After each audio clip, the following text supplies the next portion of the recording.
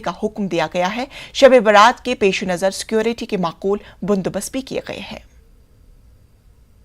मरकज को बंद हुए तकरीबन 2 साल पूरे हो गए हैं और शब बारात के मौके पर दिल्ली हाई कोर्ट की तरफ से मरकज खोलने का ऑर्डर आया है। आज मरकज तबलीगी जमात को खोला गया है। आज यहाँ पर न सिर्फ शब बारात के मौके पर इबादत होगी, दूसरी नमाजें भी होंगी, ये तमाम चीज़ें होंगी। लेकिन अहम बात यह है कि कई तरह की शर्तें लगाई गई, तकरीबन 13 शर्तें दी गई थी, लेकिन उनको मॉडिफाई किया गया। सोशल डिस्टेंसिंग हो, समाजी दूरी हो, या फिर इसी तरीके से सीसीटीवी कैमरे हों, ये तमाम जो शर्तें हैं वो पूरी करनी होंगी। और अब तक जो हमारी बातचीत हुई है तबलीगी जमात के जिम्मेदारों से, मरकज़ के जिम्मेदारों से, उन्होंने ये कहा है कि वो कोर्ट का जो ऑर्डर है उसको वो पूरा करेंगे और एक पुरअमन अंदाज में, एक अच्छे अंदाज में यहाँ पर इबादत जो है वो अंजाम दी जाएगी। आप देखें तो जिस तरीके से यहाँ पर सिक्योरिटी लगाई गई है, आज भी आपको कई चीज़ें और दिखाई देंगी। आपको दिखाई देंगे कि नोटिस बोर्ड चस्पा किया गया है कि किस तरीके से दिल्ली हाई कोर्ट का जो ऑर्डर है उसके तहत तबलीगी जमात मरकज़ को खोला जा रहा है। हालांकि अभी सिर्फ 24 घंटे के लिए, यानी कि शब बारात के लिए ही इसको खोला जा रहा है।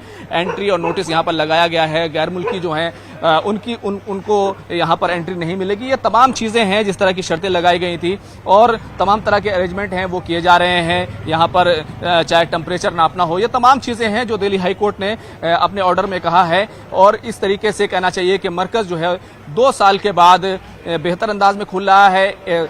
तकरीबन 4 फ्लोर हैं, यानी कि 1 फ्लोर और प्लस 3 फ्लोर, 4 फ्लोर खोले जा रहे हैं। हालांकि ऐसा पिछले साल भी हुआ था, लेकिन 50 लोगों को इजाजत दी गई थी, लेकिन उसके बाद से लगातार मरकज बंद था। सिर्फ अंदर के लोग ही यहाँ पर नमाज अदा कर पा रहे थे। लेकिन अब जो हो रहा है वो 4 फ्लोर खुल रहे हैं और 4 फ्लोर पर लोग अपनी इबादत यहाँ पर कर पाएंगे। अभी 24 घंटे के लिए है, रमजान के लिए अलग से इस मामले में फिर से समाअत होनी है। लेकिन लोग यहाँ पर यह सवाल जरूर उठा रहे हैं, जब तमाम इबादत गाहें खुल चुकी हैं तो आखिर मरकज पूरे तरीके से क्यों नहीं खोला जा रहा है। कैमरामैन प्रकाश गुप्ता के साथ खुर्रम शहजाद, न्यूज़ 18 उर्दू, दिल्ली। रूस को यूक्रेन में वो कामयाबी हासिल नहीं हुई जिसकी